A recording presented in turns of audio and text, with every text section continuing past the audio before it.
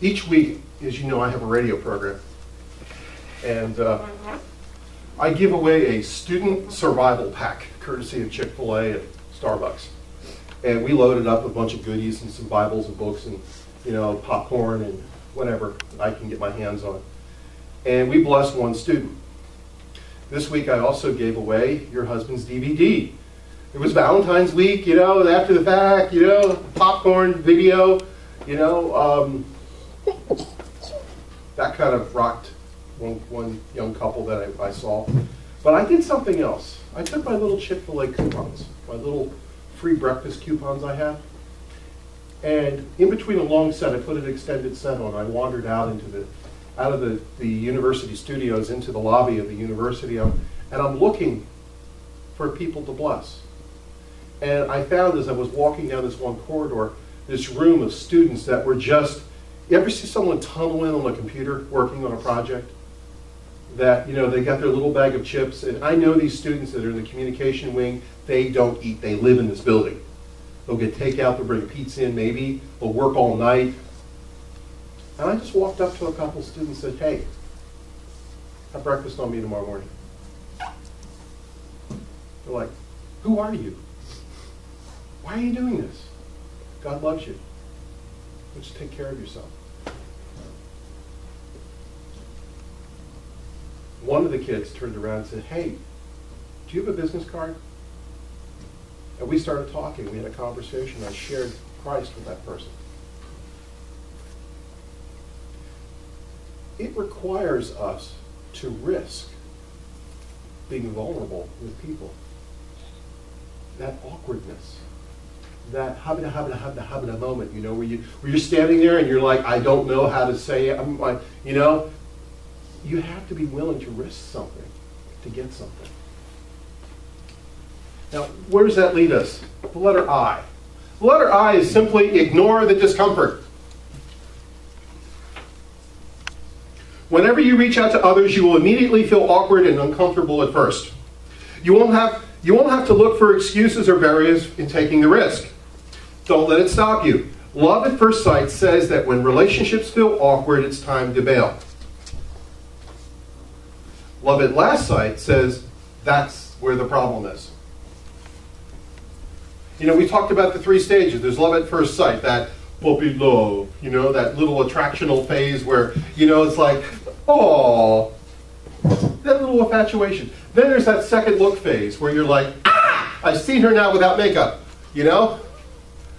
Run! I've seen his car, you know? Don't want to see his living room, you know? But to get to that love at last sight requires us to press through in every relationship. It simply means stepping out of the comfort zone so that we build a relationship that can go to the next level.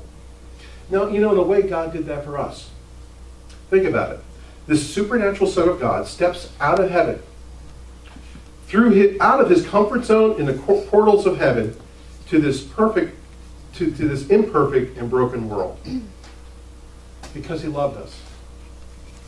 He took the risk to enter the world. He even put on this suit of human frailty and complete vulnerability so he can relate himself to us to build that bridge. And then he saw our pain. He saw our imperfections. He saw our failures. He saw our sin.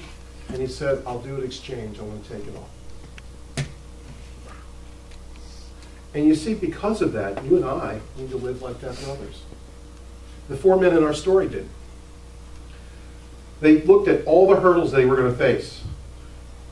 They risked the awkwardness. They took the initiative to pick up their friend, take him to Jesus, faced another barrier, the crowd. They couldn't get in. How many times is our lives crowded and our relationships suffer? Our schedules crowded so that we can accomplish more? To do more doesn't often really matter. What we have to do is to break through these things. These men didn't let the crowd stop them. They looked at it. They said, think of this extreme thinking. They couldn't bring him to Jesus because of the crowd, so they dug a hole through the roof just above Jesus' head. And then they lowered the man on the mat right down in front of Jesus. They practiced the art of being all there for their friend.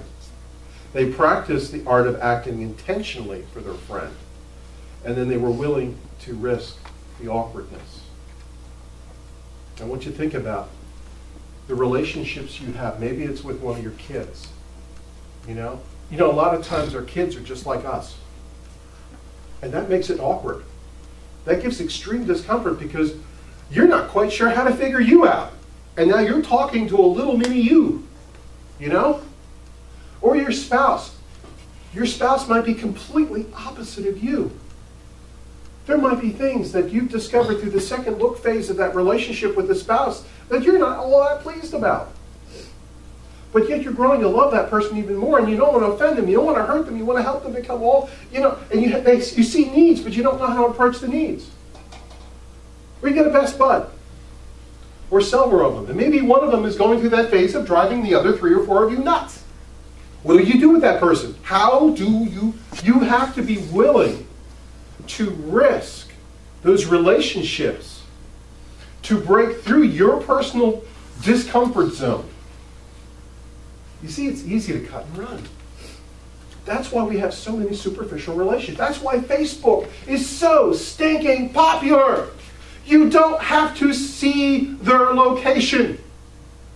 Dear Lord, can you imagine seeing some of these guys in their bathrobes and bunny slippers as they're having conversations with you?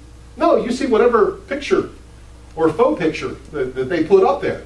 You don't have to really interact with them. You could just have words.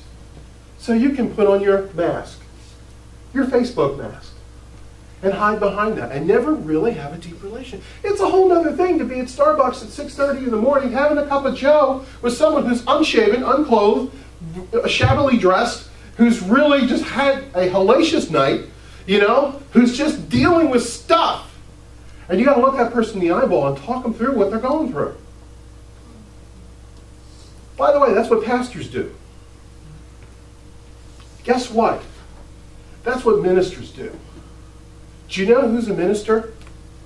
If you're a member of a church, raise your hand. You're a minister. Deal with it. Every single one of you is required to do that with somebody. That's scriptural.